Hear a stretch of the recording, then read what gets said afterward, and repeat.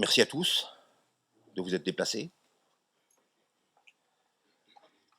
D'autant que nous renouons avec un peu de prudence quand même. Après 18 mois d'une crise sanitaire que nous espérons derrière nous avec le présentiel. Ça fait longtemps que vous n'êtes pas réunis, physiquement.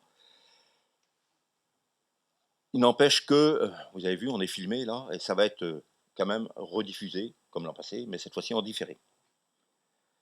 J'ai bien précisé avec prudence, parce que si vous avez pu voir la qualité du bâti qui vous entoure, on n'aura pas l'occasion de pouvoir visiter l'établissement dans son entier et d'accéder à des chambres. On remettra ça à l'inauguration qu'on fera dès que les mauvais souvenirs seront derrière nous. Il faut remercier quelques personnes quand même. Bon, Eric Schwartz, je vois qu'il est présent, mais il boit son petit café. Il n'était pas présent, enfin il n'était pas à l'heure. Ancien directeur général. Julien Filippucci, où qu'il est? Il est là. Lève-toi, Julien, qui nous a quittés il y a quelques mois. Donc ancien directeur des foyers de Carnével-Rospordin, qui a laissé la place à celle qui l'accompagnait depuis de nombreuses années, Florence. Elle peut se lever, Florence? Elle est déjà levée. Elle est déjà levée.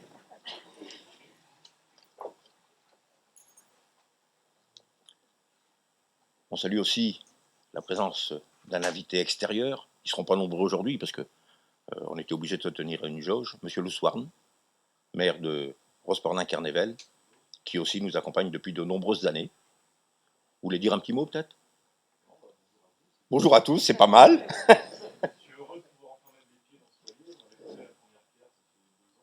C'est ça. Eh oui. Pour moi, c'est fait. Hein. C'est pour ça que je peux me permettre d'afficher ma satisfaction du nouvel établissement. Malheureusement aussi, même si les décès seront évoqués dans le cadre du rapport d'activité par Sébastien tout à l'heure, on déplore tout à fait récemment, là, puisqu'on a eu la nouvelle hier, la disparition de Richard Guedy, qui est un ancien directeur de Rospordin. Il est décédé, ou on en saura plus dans les heures qui viennent, là. Et puis Stanislas Brusque, qui est un ancien psychologue de l'ESAT de Douarnenez et du foyer d'hébergement. Ouais. Alors, l'ordre du jour. Traditionnellement, il nous revient d'adopter le procès-verbal de l'Assemblée générale du 26 juin 2020. Oui, 2020. Que vous avez tous reçu. Est-ce qu'il y a des observations sur ce procès-verbal? On peut passer au vote. Quelqu'un est contre? Quelqu'un s'abstient? Merci. Il nous appartient aussi d'adopter le procès-verbal de l'Assemblée générale du 18 février 2021, qui a validé le projet associatif, que vous avez également reçu. Quelqu'un est contre? Quelqu'un s'abstient? Merci. À cette allure, ça va aller vite. Hein. Bon, dans la foulée, on va présenter le rapport moral, le rapport d'activité, la présentation du rapport financier, le rapport du commissaire aux comptes, la présentation et vote des résolutions et des rapports financiers, les rapports d'orientation. Ensuite, donc l'Assemblée générale extraordinaire, la révision des statuts de 2013, la révision du règlement d'application des statuts, la présentation du film Maudit Virus, qui a été réalisé à l'occasion de la pandémie en collaboration, sous l'égide de l'ASCAM, en collaboration entre le foyer des étangs de Carnével et du Golven. Un grand merci à ce sujet à Marc Gwenel, la directrice du foyer d'Audierne, et Marie de l'ASCAM, qui ont fait un travail. Enfin, vous verrez le film. Le travail est assez fantastique.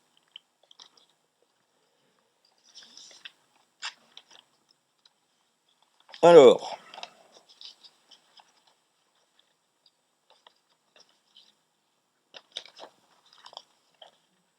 comme je vous l'ai dit tout à l'heure, l'année 2020 a été pour le moins une année compliqué, qui nous a obligés à bouger les lignes. Dans un contexte de pandémie mondiale marqué par des mesures inédites de restriction de liberté, notre association a dû multiplier les initiatives et réinventer nos fonctionnements au profit des usagers. Ça a été en permanence le souci d'une action cohérente et globale. La crise sanitaire a été lourde de conséquences sur le quotidien de nos établissements et services. La responsabilité de l'association et de ses salariés s'est retrouvée accrue dans la protection et l'adaptation des conditions de prise en charge des personnes accueillies ou accompagnées.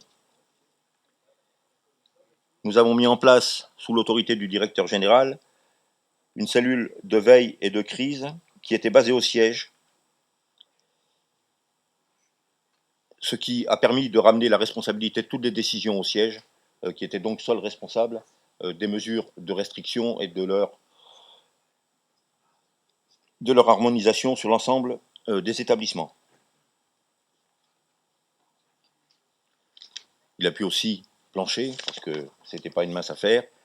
Les directives nationales se succédaient sans être toujours en phase avec les précédentes, et on a pu adapter toutes ces consignes sans les appliquer bêtement à notre réalité de fonctionnement. Il a fallu multiplier les initiatives et réinventer nos modes de fonctionnement. Il s'est agi pour l'association de multiplier les initiatives pour éviter l'isolement et le repli sur soi et minorer les possibles effets des contraintes. Réinventer nos modes de fonctionnement au profit des usagers. De nombreuses actions ont été engagées et des salariés se sont montrés disponibles et inventifs dans l'accompagnement. L'indispensable maintien des liens sociaux à travers le développement des outils numériques, l'utilisation des moyens téléphoniques ou vidéo. Les moniteurs d'ateliers ont assuré le suivi des travailleurs privés d'emploi pendant les périodes de fermeture des actes. Nous avons mis en place un journal, le canard mort confiné, le canard confiné, sur les défis interétablissements. Nous avons créé un site Facebook. Facebook? En breton, ça fait quoi? Et le site internet a été remis à jour et revisité.